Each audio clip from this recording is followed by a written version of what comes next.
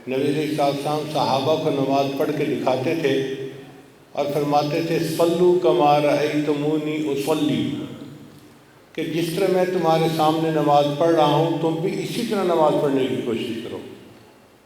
تو نماز کو سیکھنا یہ گویا صحابہ کی سنت ہے، انہوں نے نبی علیہ السلام سے سیکھی، اور ہر دور اور ہر زمانے میں مریدین اپنے شیوخ سے نماز سیکھتے رہے۔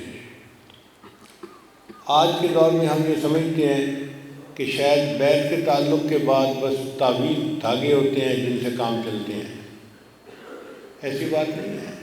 شاہ اسماعیل شہید رحمۃ اللہ علیہ جب اپنے شہر سے بیت ہوئے تو انہوں نے پوچھا کہ آپ کیسے آئے؟ تو کہا کہ حضرت مجھے صحابہ جیسی نماز پڑھنی سکھا دیجیے۔ یہ بیت کا اصل مقصد ہے کہ بندے کی نماز سنور جائے، حتیٰ کہ اس کو نماز کی حلاوت نصیب ہو جائے۔